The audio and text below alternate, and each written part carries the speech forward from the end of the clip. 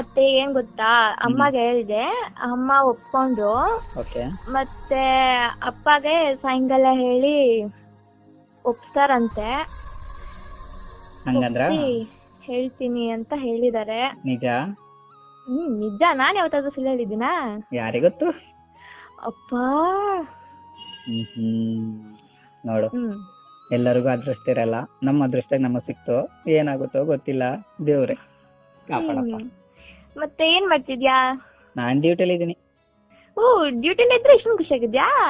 ಅಂದ್ರೆ ಈ ತರ ವಿಷಯದಲ್ಲಿ ಖುಷಿಯಾಗಿರ್ಬೇಕಲ್ವಾ? ಹಾಗೆ ಸಾಹೇಬ್ರು. ಹಾಗೆ ಅಮ್ಮ ನನ್ನ ನಂಬರ್ ಕೇಳಿಲ್ವಾ? ಅದೇನು ಏನು ಕೇಳಿಲ್ಲ.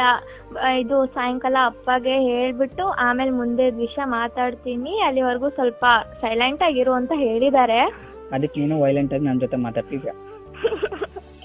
ಏನು ಮಾಡಕ್ ಆಗಲ್ಲ ಗೊತ್ತಾ, ಈಗ ಅಮ್ಮನೂ ಹೇಗೂ ಇಲ್ಲ, ಅದಕ್ಕೆ ಕಾಲ್ ಮಾಡಿದ್ದು ಹೇಳಕ್ಕೆ. ಓಹೋ, ಅಮ್ಮ ಇದ್ದಿದ್ರೆ ಕಾಲ್ ಮಾಡ್ತಿರ್ಲಿಲ್ವಾ?